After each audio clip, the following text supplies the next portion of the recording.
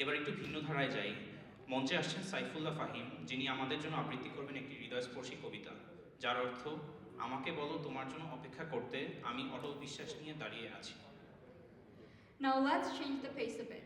Let's welcome Saifullah Fahim, who is going to recite a famous poem very dear to our hearts, which translates to, "Tell me to wait for you, I will stand still with unshakable faith."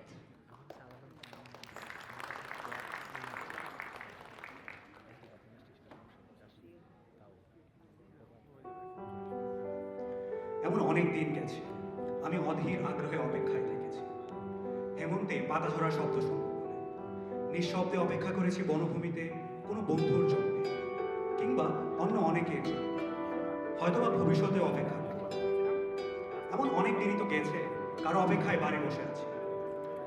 হয়তো কেউ বলেছিল, অপেক্ষা করো, একসঙ্গে বেরোবো। এক শনিবার রাতে খুব ক্যাজুয়ালি কোনো বন্ধু ঘোরের মধ্যে গোগানের মতো উচ্চারণ করেছিল, বাড়ি থেকেও ভোরবেলা তোমাকে তুলে নেবে। হয়তোবা ওর মনের মধ্যে ছিল চুনিয়া অথবা শ্রীপুর ফরেস্ট পার্ক। আমি অপেক্ষায় থেকেছি। যুদ্ধের অনেক আগে একবার আমার প্রিয় বন্ধু অলোক মিত্র ঠাট্টা করে বলেছিল, জীবনে তো কিছুই দেখলি না নজো পিঠ পাঠশালা ছাড়া, চল তোকে দিনাজপুরে নিয়ে যাব। কান্তজির মন্দির ও রাম সাগর দেখবি, বিরাট গোলাকার চাঁদ, মস্ত খোলা আকাশ দেখবি, পলা ও আধিয়ারদের জীবন দেখবি। গল্প টল্প লেখার ব্যাপারে কিছু উপাদান পেয়ে যেতেও পারিস। তৈরি থাকিস, আমি আসবো। আমি অপেক্ষায় থেকেছি। আমি বন্ধু, পরিচিত জন, এমনকি শত্রুর জন্য অপেক্ষায় থেকেছি।